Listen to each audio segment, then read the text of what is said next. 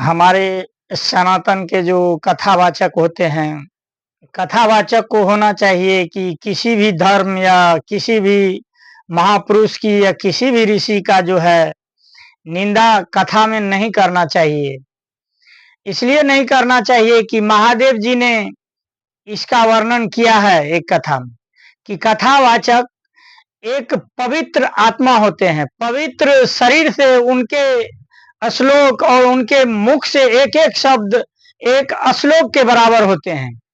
उन पवित्र शब्द को जो व्यक्ति सुनता है, वो जन्म मृत्यु से भी छुटकारा पा सकता है, क्योंकि वेद व्यास जी के समान माना गया है उस व्यक्ति को। जिस तरह से हम मंच लगाते हैं तो व्यास जी की गद्दी बोलते हैं, यानी कि साक्षात व्यास जी उस पर विराजमान हो जाते हैं। तो वो मनुष्य समझिए जो व्यास जी के गद्दी पर जो बैठते हैं, तो व्यास जी से भी उत्तम पुरुष उस व्यक्ति को दर्जा दिया गया है शास्त्रों में। तो महादेव जी, इसी पर एक मैं छोटा कथा कहना चाहूंगा। महर्षि विश्वनाथ, हिमाचल के दिशा में एक राज्य था। उस राज्य में डेली महादेव जी के कथा कहते थे, क्योंकि महादेव जी के प्रिय भक्त थे और डेली इतना सुरेला और मिठास कथा कहते थे कि पार्वती जी और बाबा भोलेनाथ हिमालय से उनके कथा सुनने हिमाचल को जाते थे।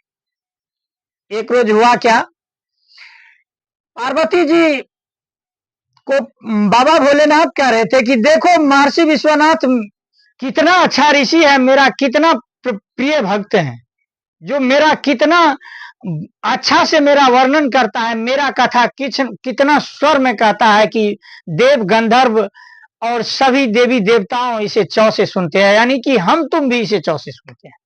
उसी वक्त सरस्वती माँ को जो है इस बात पर क्रोध आ गया।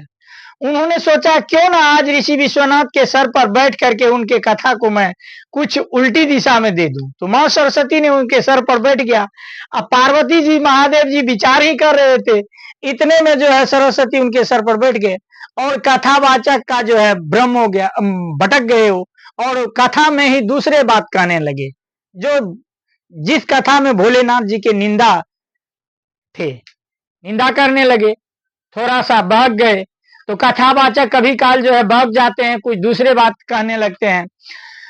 तो पार्वती ने बोले कि हे प्रभु, आप तो बोले, हे स्वामी आप तो बोले जो मेरा बहुत प्रिय भक्त है, लेकिन देखिए आपके प्रिय भक्त ही आपके कथा में निंदा सी बात कर रही हैं, ये कैसा है। तब महादेव जी ने बोले कि हे प्रिय, कथावाचक या नचनिया को, भजनिया को मोक्ष क्यों नहीं मिलता है, क्योंकि वो धर्म और इज्जत को समझ नहीं पाते हैं, इसी कारण से उन्हें मोक्ष नहीं मिलता है।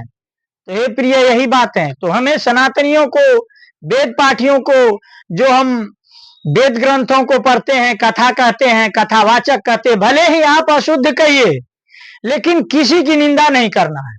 अशुद्ध कहने में मरा मरा कह करके जो है कुछ ऋषियों ने श्री राम जी को पाया और ईश्वर तक पहुंचा था और महान ऋषि बने थे।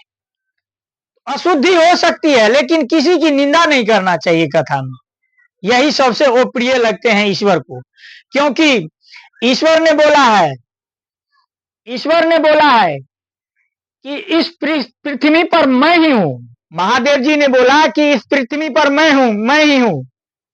आत्मा मेरा पृथ्वी है, पृथ्वी मेरी आत्मा है, सूर्य मेरा तीसरा आंख है, चंद्रमा मेरी जो है हृदय है। तो इसीलिए हृदय को शीतलता रखना चाहिए, अस्थिरता रखना चाहिए, ताकि ईश्वर भी हमसे प्रसन्न हो और हमें अच्छे वर दे। जय श्री राम।